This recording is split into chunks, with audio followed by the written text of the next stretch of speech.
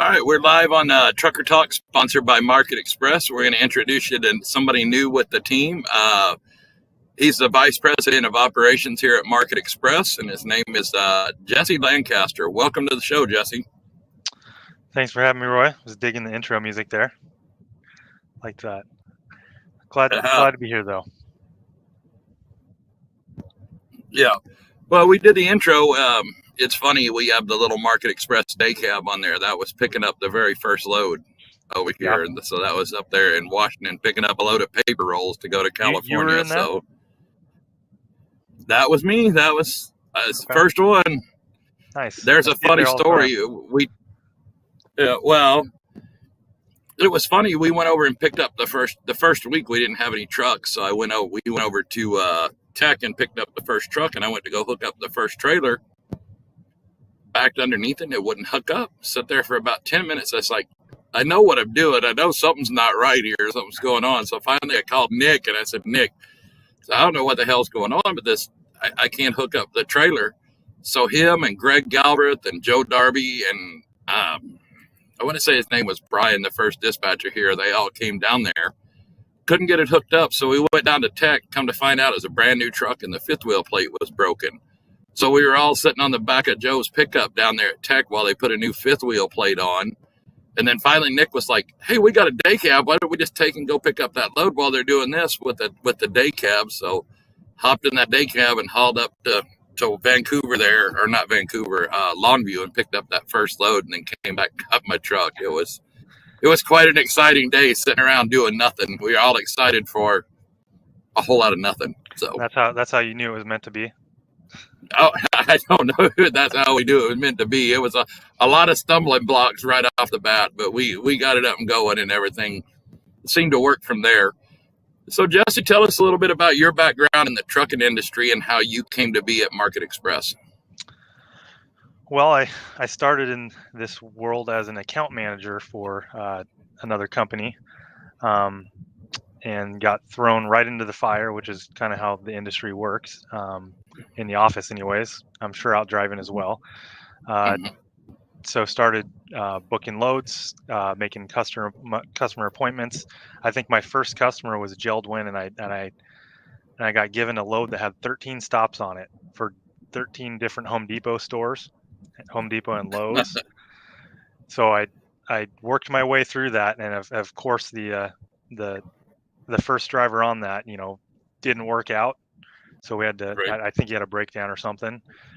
So then I got the pleasure to call all 13 stores again and reschedule, because he didn't make it. So we had to redo it. And that was the first time where I was just like, wow, this is going to be an adventure if every load's 13 stops like this. Well, quickly I realized it wasn't going to be like that, but I quickly moved on from that.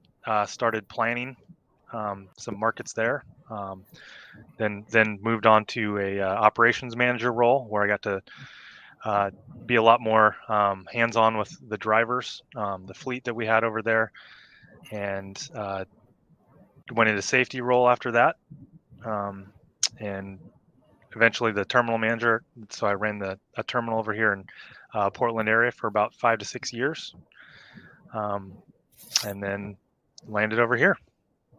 Yep. Well, George DiPolito stepped in. He said, who's Jesse Lancaster? Well, Jesse Lancaster is the vice president of operations. He is the one that I would say took over Jim's role as Jim moved up to the next level of, if I'm not mistaken. Is that correct in assuming that? I think mine was vacant and he was already in his role. So okay. Yeah, so I filled someone that was not here. Okay, but so tell us. George, great to meet you. So tell everybody what you do on a day-to-day basis at Market Express. I think that's the best part of my job, is that every day is different. So I come in and I help problem solve and help try to make things, go a lot more smooth. I've overseen currently the driver managers as well as the customer service representatives. So a lot of what I'm doing is I'm checking to make sure that we're having enough loads for all the drivers, making sure that the loads are in the correct markets for where the drivers are landing, helping with any issues going on with dispatch. So George, I'd be happy to talk to you anytime I can. But I'd spend a lot of time talking to drivers, and I think George is on the heavy haul fleet. So yeah, I mean, my day's different every day, but a lot of it's just making sure the market balance is right, making sure that we have our customers, talked to, and that their loads are getting there timely. If not, we're communicating them to them ahead of time. So that, and as well as communicating and helping with our drivers. So those are my two kind of roles. Yeah. Well, and I'm going to go ahead and say, George, I'm going to tell you the same thing. They said Jesse, and they kept telling me Jesse, and all this. And I was like, who's Jesse? I didn't know we had Jesse. But it was like, that's weird. And so I was like, well, you know what? We're just going to have him on the show so everybody knows who he was. So he just kind of slid into a role and kept quiet. He's kind of like hiding in the background, peeking out the bushes or something. George says, okay, I want to be a VP. Okay, you're a VP of heavy haul, George. There you go. There's your title, sir. I'm so basically I'm a glue guy. Wave. I'm a glue guy, and I help things in the background go smoothly, hopefully for you, George. Yep. So I'm going to tell you, when I first saw George in the office, I was like, I know him from somewhere. And then somebody said where you worked at. I was like, I worked for him over at night. That's where I know him from. I known you from when I worked over at night several years ago, and that was an interesting dynamic, because I think maybe you rolled in and took over after there's a gentleman got in a little bit of trouble and got sent back to Arizona, and I think that's kind of when Elisa took over, and then you kind of rolled in. Yep. I know exactly who you're talking to. He was kind of a hothead. I don't think I'm wrong in that, am I? No. And actually, I've actually met a few drivers here that said the same thing and knew him too. So. Yep. Yeah. So I can't remember his name. I left there and went to work at Indian River Transport, and kind of ended up over here a long way around. So I pulled tanker for quite some time. So let's get into some topics that you see going on. George wants to know, does he get a secretary? No. Yeah, it's the other voice in your head, George. That's your secretary, sir. So, but anyway, and yes, I'm just kidding, George. So don't take that way. I'm just kidding. So, but when I was in the office yesterday, I have to say it was a little barren in the office. That's got to be pretty challenging in your position, because if you have something go on, you can't turn around and talk to somebody. So how do you figure out how to get through what's going on? So when nobody is here, or we have people out, which a lot of it right now is for some health reasons, personal reasons, family issues, just like a lot of our drivers too. They're COVID's a big thing right now, so that's going around. It's going pretty rampant. So when we do have people out of the office, that's where I get to help step into, help run some of the accounts, help plan things, help dispatch. Any way I can is where I got to step in. So when you come in, Roy, like you did, and you saw that it's pretty empty, that's where I'm trying to help and do everything I can to make it so it's not so empty feeling. So right. Yeah. And now I'm going to give you some driver feedback in this situation, because I know that y'all work in driver managers all need time off for their weekly time off. Things come up with health-wise, family crisis-wise, things like that. Now, I'm just going to say it's kind of confusing in this time for us as drivers, too, when we reach out and say, oh, by the way, who's dispatching this today? Because we don't even know who to ask for, because I know I have two, and I don't think either one of them have been there often late for being sick and this, that, and the other. So, yeah, and if your dispatcher's out, I mean, really, I'd like to think that anybody can help or should help or should want to help. And if that's not the case, I'd love to have a chat with that person. But yeah, anytime someone's out, I'm always willing to jump in and take a phone call or from a customer, driver, however I need to. So yeah, I mean, it's something that ideally, if they're planned out, they're letting you guys know ahead of time. If it's a last second thing, like an emergency, like you mentioned, sometimes it is all hands on deck, depending on what coverage we do have. So there's been a few days in the last couple months. That wasn't being critical. I just know with every. Yeah. I hear you. Yeah. Yeah. That certainly was not meant to be critical with everything going on, because I mean, I know we've had other people in the office that have been out quite a bit, and with the COVID stuff, that to me is the biggest challenge we've seen in trucking in the last 2 years. I mean, Oh yeah. I think we did very well up to a point, and then this last stream has seemed to kind of kicking everybody in the shins from everywhere. Am I wrong in that? Not at all. I mean, it's been a challenge. We've heard it from our customers. We've had tons of customers that have told us that their staffing is been taking a hit.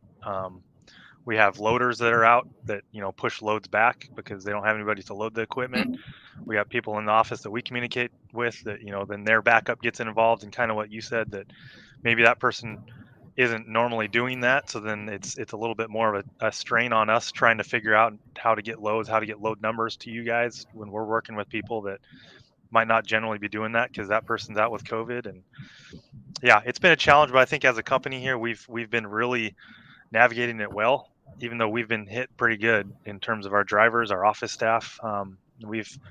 We've navigated it pretty well in my eyes. It's different. It's something that none of us have ever experienced before. So yeah, it's something that's a challenge. It's almost an everyday challenge. It seems like the last few months Right. anyway. And well, and that's what I'm saying. I remember when COVID first hit and it first became a big deal. I can tell you exactly what I was doing. My truck was in the shop down at Stockton. I ended up spending about 4 days in the shop over there, and it was on the news, on the news, on the news.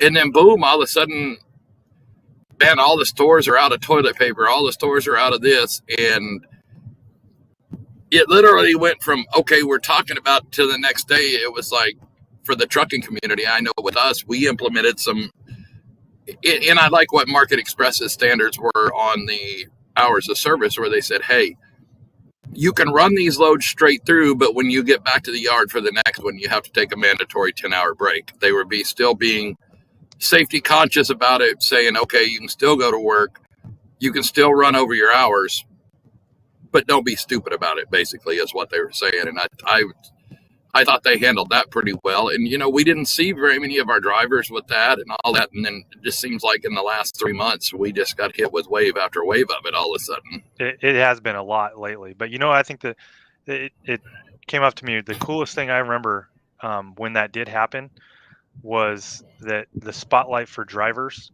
and the industry was all over. I had friends, family coming up to me and thanking me for and telling me to thank all of your drivers because we're trying to get things, the toilet paper uh, shortage that you talked about, that was filled by drivers such as Mm-hmm. yourself. So I thought it was pretty cool. I always thought I kept seeing it on the news how you know how important it was a role as a driver, and it really made me think twice how proud I was to be a part of that, even though I'm not the one out there driving and delivering. And I throw a ton of praise to you guys because you kept the country going, and I thought it was really cool that I think it's been a long time that since the driving career has gotten a good spotlight. Um, and I think early COVID, it really showed. And I think that the whole Yeah, country kind of thanked you guys, as we should. So I thought that was cool. yeah. Well, and I just shared a comment from a friend of mine.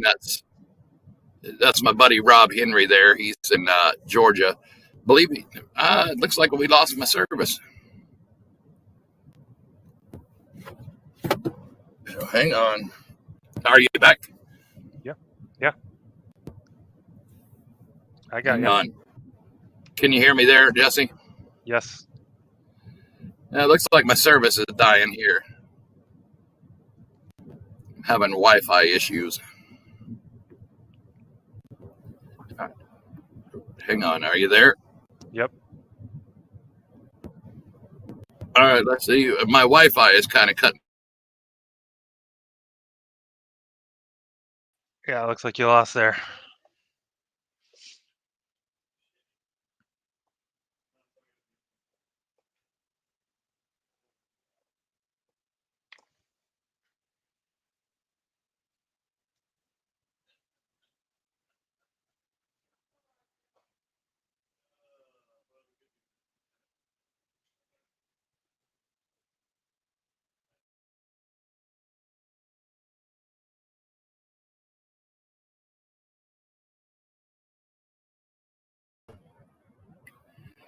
Sorry, guys, my Wi-Fi kicked out for some reason or another. The truck beside me just pulled out and left, and then my Wi-Fi kicked off. So, but anyway, no, my buddy Rob Henry said, "Keep on trucking, keep their shelves full. We're dependent on you guys." And Rob works for American Airlines, I believe, in Georgia, or he's retired yet. I don't know. He's an old Navy friend. We were stationed in Japan together. So that's true, though. I mean, so glad he's tuning in. That's how we filled up the shelves. Is you guys continued going. So I think we need to continue to congratulate you guys, because it's like you just said, it's been even worse and harder, I think, in the last couple months than there ever has been. So everyone's feeling it now. So yeah. No, he said Delta Airlines. I knew it was one of the airlines. So sorry, Rob, for calling out the wrong airline. That's kind of a little rude there. So, but yeah, that's. Now I'm going to say it was kind of interesting how much praise we got for truck driving, and then all of a sudden how quickly that disappeared, and now we're the cause of the supply chain issues. I just have to point that out from a narrow perspective, looking in on there. Well, I mean, if we could have everybody going and getting their CDL, I think that'd create a lot of different atmosphere. But I think that kind of leads into a good topic of what you brought up the other day is they're trying to mandate the 18 to 20 year olds getting CDLs now. Yes. So that's kind of where they're at now, because we don't have enough drivers in the industry. So I think that's a kind of sketchy topic to get to, but. Well, we're going to get into it because I thought long and hard about this, and I'm going to share something. I grew up on a farm in New Mexico, and I went down and actually got what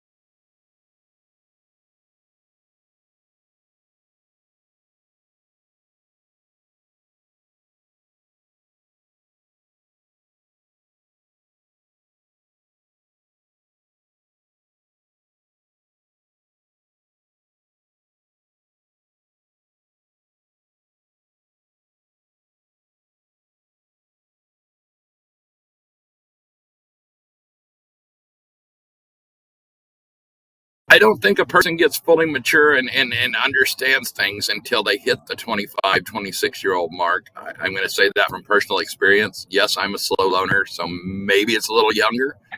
But I think that's too. I think it's too. Yes, I am.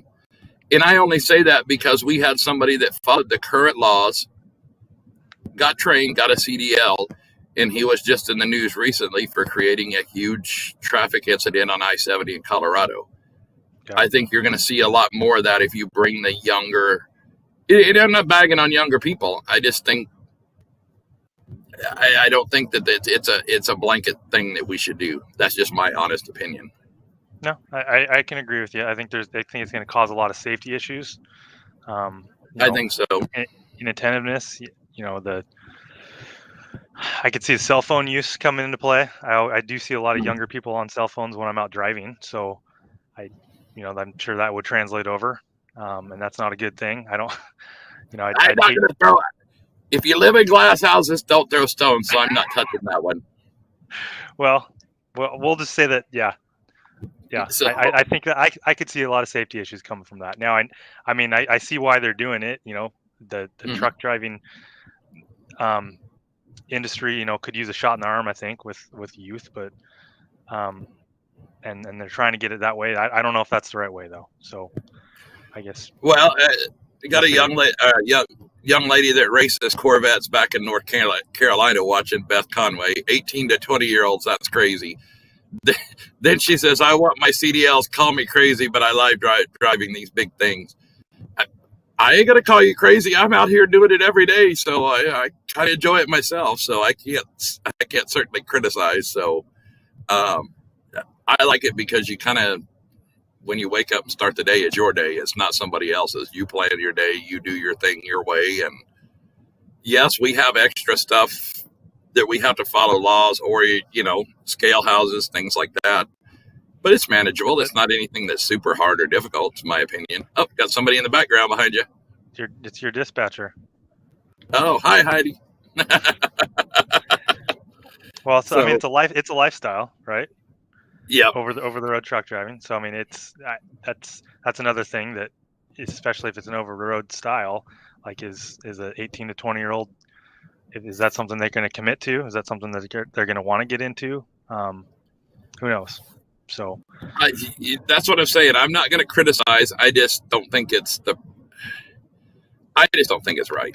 That's just my opinion, and it is opinion. I just think they're looking to a solution for a problem that's, my honest opinion. The whole supply chain thing is a made up issue or a created issue from other outlying reasons, and we as a group, as truck drivers, we get the blame, and so we'll wear it with a badge and say, hey, we're still out here working. So there you go. What makes you think you get the blame, though? Just general feeling? You see it in the news. They're saying it's the truck drivers. They're doing all that, and I honestly am working harder than I have in several years this past year. So it's not on us. And I have to be careful how I word things. I know that there are certain issues when you go to load at customers that are near the ports. Mm-hmm. And I'm going to use one for example. You pull in there at 10 o'clock in the morning, and at 4 o'clock in the afternoon, they still haven't touched your truck or done anything. How is that a truck driver's responsibility? Exactly. There's underlying factors that people are skipping, and it may go back to, just like you said, staffing problems. They may have had people that were out sick that day, couldn't load it. We all had to be flexible, but at what point? I mean, we don't get paid when we're sitting there for the most part. I mean, we do after a while, but there's some customers that don't pay the detention time, things like that. We know that. So it just seems like we're the ones that get talked about, not the warehouses that may be short staffed or the ports that may have longshoremen that are out from being sick, things like that. Let's take a look at the whole picture, not just one portion of it.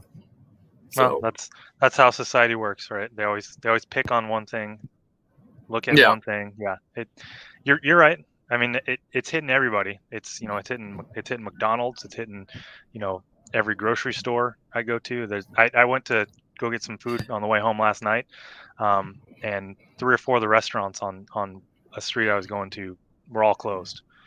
So, and that's a Tuesday at 5:30 p.m. You think they'd be typically making money then, having people there, but yeah, they're obviously having staffing issues. So I think that you guys go ahead. Well, I'm going to bring that. You brought that up, an interesting subject, and there is one particular truck stop that we all know. We won't name names. When you go in to get food now, they close their deli at 5 o'clock in the afternoon. There's not food. There's not things available to drivers when they park for the evening other than pre-made sandwiches and things like that. We're not talking about that, but I noticed drivers are figuring out ways to get around that, make food in the truck. There's a lot of things out there, but nobody's talking about the restaurants and stuff closing in the truck stops and not food being available after 5 to 7 o'clock at night either. That's another thing it is becoming very prevalent everywhere you go. That makes the lifestyle hard, and that's not something that we hear about. You don't see it on the news. You're right. Like, even in here, I don't hear that often that, hey, I had to take my 10-hour break here at this truck stop and there's no food because they shut down at 4 or 5 o'clock when they should have been open. So yeah, that does make it hard. But yeah, do you get creative in making food? Do I look creative? No, do you get creative in making food on the truck? I'm always curious on that. I knew a guy back in the day that was he made shrimp scampi. He used to grill things up on a little skillet he had. They're pretty impressive.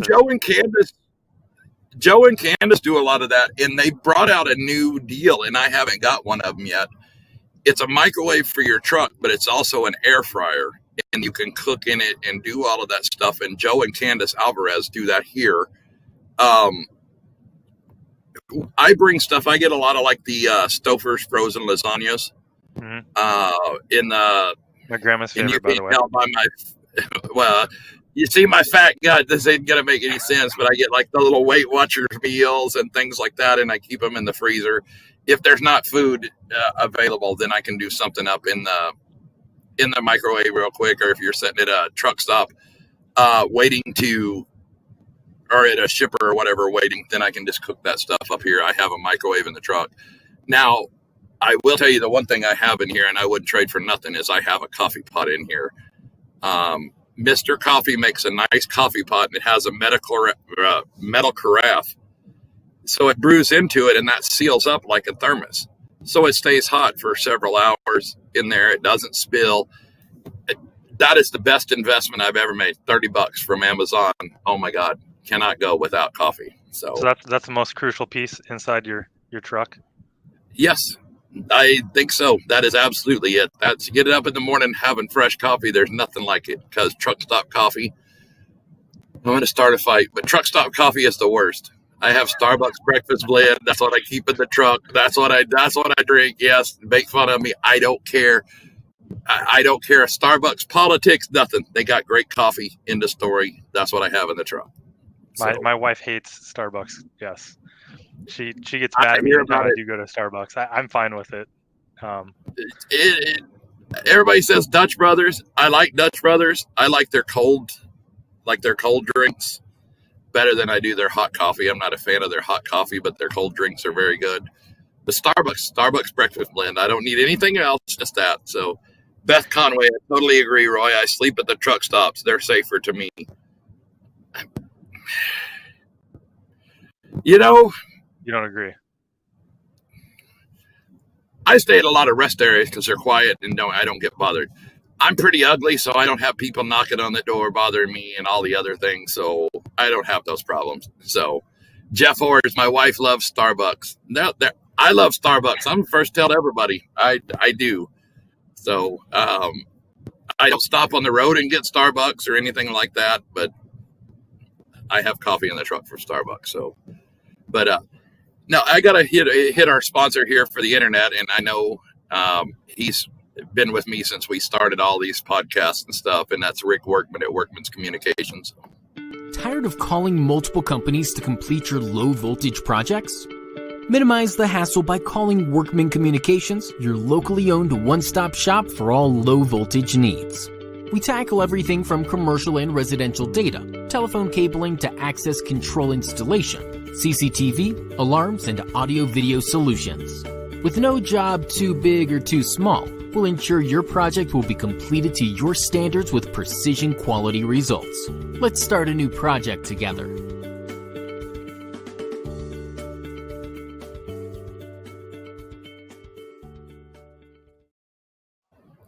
Yeah, now I got with Rick when we started this. He's the one that come up with StreamYard, and we got the internet here in the truck and all that stuff. He put this all together because I told him, I said, I'm a little tech challenged, so I need something that's simple and easy. And like I said, we have a few hiccups like the internet service today, and I don't know what happened with it.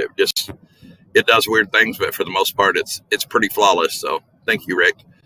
But I think we'll end it. We're coming up on the 30-minute mark, and I know it's 5 o'clock your time, and you still got a lot to get done before you can take off for the day. I do, and I got a little one at home I got to get to. But yeah, I still got quite a few things to do here. But I definitely appreciate you having me on. Enjoyed the time. And yeah, I think this is an awesome thing you got going. Yep. And everybody, when you stop by the yard, now you know what Jesse looks like. Just stop in and say hi to him. So please do. Yeah. All right. Thanks, guys. Have a great day. Thank you.